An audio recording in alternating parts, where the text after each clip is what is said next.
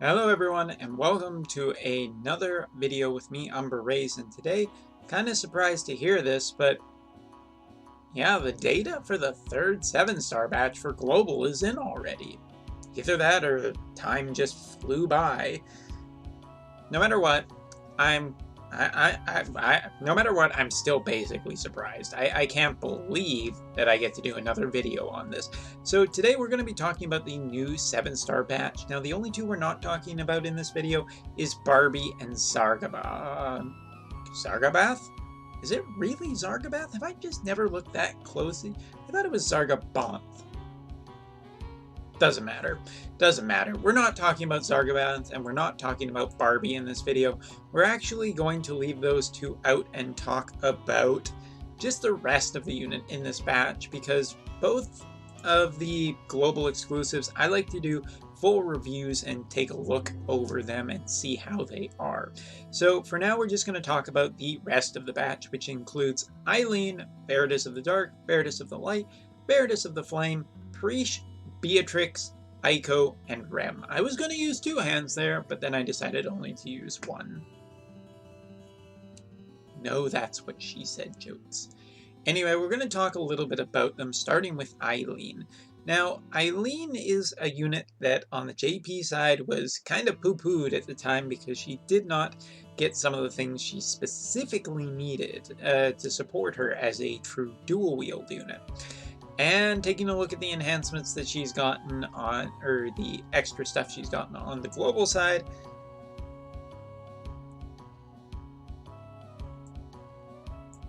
well, I mean, it was nice for a while. Eileen kind of comes out at a point where damage dealers kind of have to compete with, well, you know who. And the problem is that Eileen just doesn't compete with him. Not anywhere near as much damage as, you know, he can do. So, he who shall not be named. She does get some extra attack and magic on her Entrust skill buffs. She does get some extra attack at level 120. Her cooldown now grants 12 to 14 limit burst crystals, up from 12, but the problem is that some of the stuff that was wrong with Eileen's kit doesn't get fixed with this. So yeah, Eileen, she will still be a decent enough attacker, but compared to what else is out there, you know why we told you to just pull for that guy? This is why, because just a lot of other attackers just don't quite do anywhere near as much damage as he who shall not be named. Yeah, that's right, Voldemort. Anyway, moving on, let's talk about our next unit, which is Beatrix of the Dark. Now, the only thing Beatrix of the Dark is, other than an asshole who's never shown up in my gotcha pulls, now I'm going to get 4 of them in a row, just you watch. But Beatrix of the Dark, the only thing that he seems to get so far is a 30% true dual wield on his TMR ability. Not bad, but his kit kind of went in the way of like true dual hand a little bit, and true dual wield still doesn't have a future on the JP side, and 30% true dual wield isn't going to help him on the global side.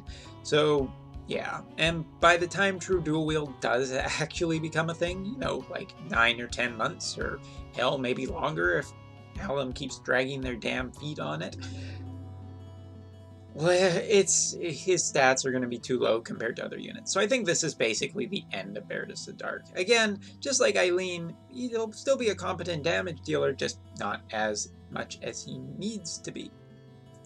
Next up, Beatrix of the Light, who does seem to have a increased mod on some of her ability, or on one of her ability, but the big story seems to be 25% extra innate killers on her TMR ability.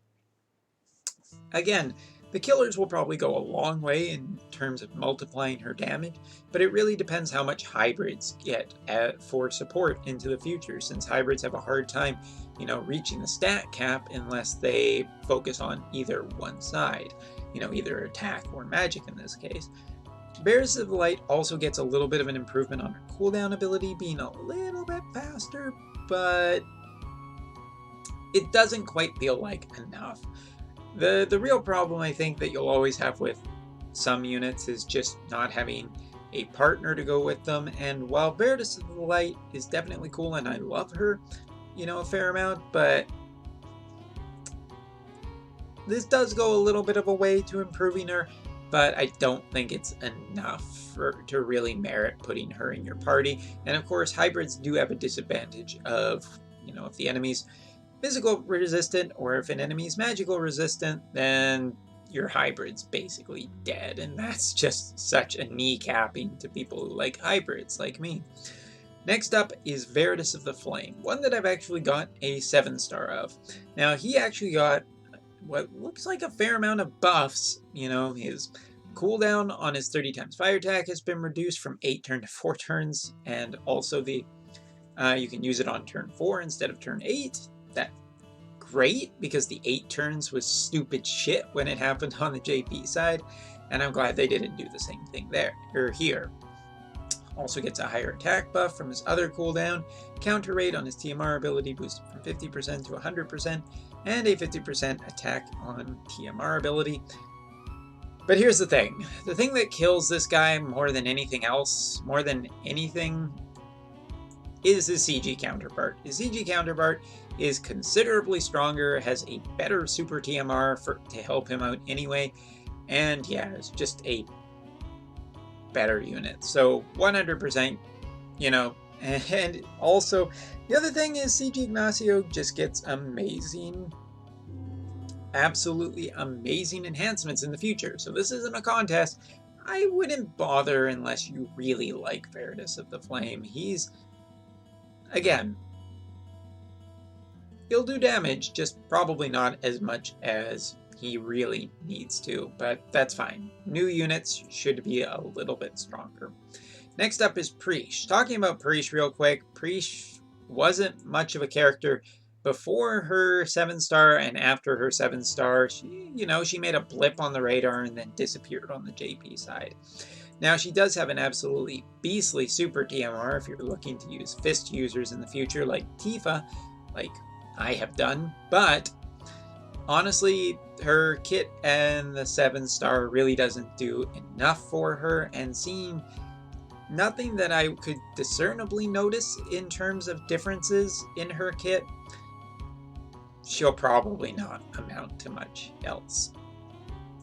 Next up is Beatrix. Now, here we go. Here's actually something kind of interesting. Beatrix does have a pretty good kit, but is greatly enhanced by her enhancements in the future. Beatrix does have a future, except for, you kind of have to build her a very specific way, and yeah, the more you can give her, the better, in terms of just better equipment and everything like that. Her 7-star does get some nice stuff, and the fact that some of her ability, actually enhances other abilities, that's pretty cool too. But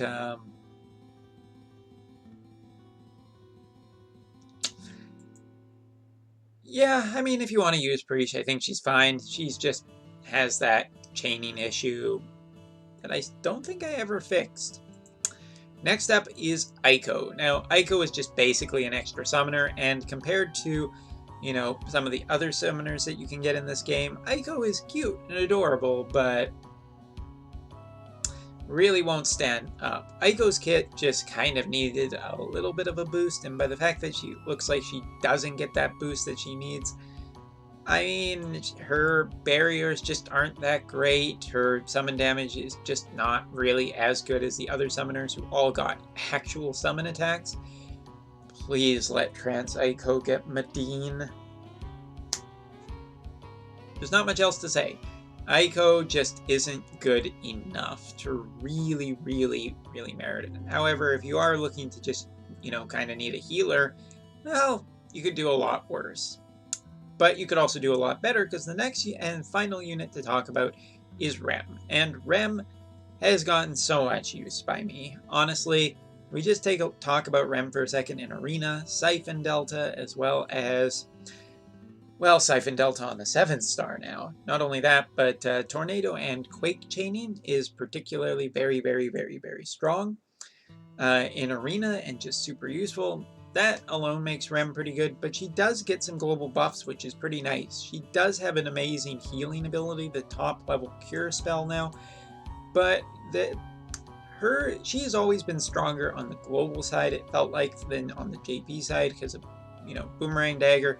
And here Boomerang Dagger gets a little bit of a boost as well as some true dual wield for magic at level 120, which makes her a little bit stronger, not incredibly strong. She's never going to be that top tier mage, I don't believe, given this. Rem gets a little bit of enhancements. Rem was already pretty good, and to be honest, Rem has still, in my opinion, the best super TMR in the game. So that hasn't changed. But yes, and by the looks of it, I don't remember seeing anything about Rem's super TMR not being, I think Rem's super TMR can actually be stackable on the global side, so that's pretty cool.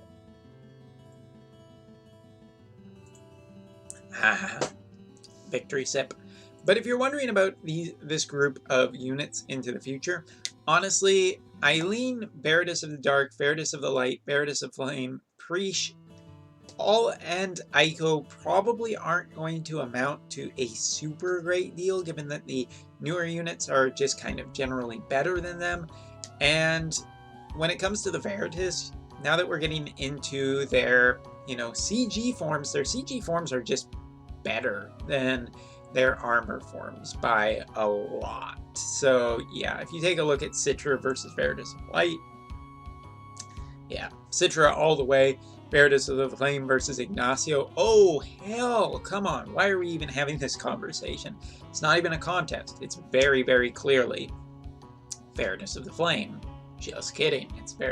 It is absolutely Ignacio, especially with both of those two units' enhancements in the future, and Reagan's enhancements. Not really a contest here. Probably better to save your kill, unless these, again, the big thing to remember when I am giving this advice is that if this is, you know, your only 7-star, these are perfectly passable extra high damage dealing units in a time when you don't necessarily need 7 stars to complete the content that is available. It is into the future that you will start to need 7 stars, in which case that is when the better units come along.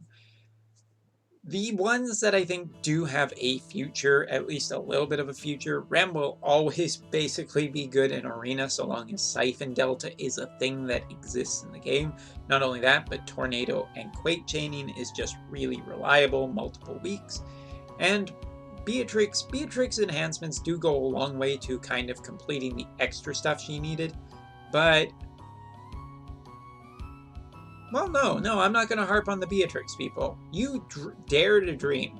But yes, Beatrix will, again, fall to future damage dealers as well, which is too bad. So this kit, there's one character I think that is a surefire win, it's probably Rem. I would say that out of all of them, my top 3 would, without including Barbie and Zargi, we'll talk about Barbie and Zargi in other videos, but the top winners I would say are Rem, Veritas of Light, and Veritas of the Flame, because they actually gave him some decent improvements that feel like they made a difference in his kit. With that being said, the 3 units that I think I am the most disappointed with is Aiko. Aiko couldn't really compete with summoners before, and the fact that they just decided to keep going with that course kind of sucks. I would have liked to see Aiko get some kind of summon attack or something to make her more interesting. Eileen is definitely one of the more disappointing ones, as she just did not get what she really needed in her kit to be, you know, true dual hand viable, I guess is the term I would use. And the other one that I think is disappointing is probably Veritas of the Dark, because while Veritas of the Dark is, you know, will be good in Arena and everything, dual wield doesn't fit. True dual wield and only 30% true dual wield just doesn't feel that good at the end of the day. Feels like he needed something else.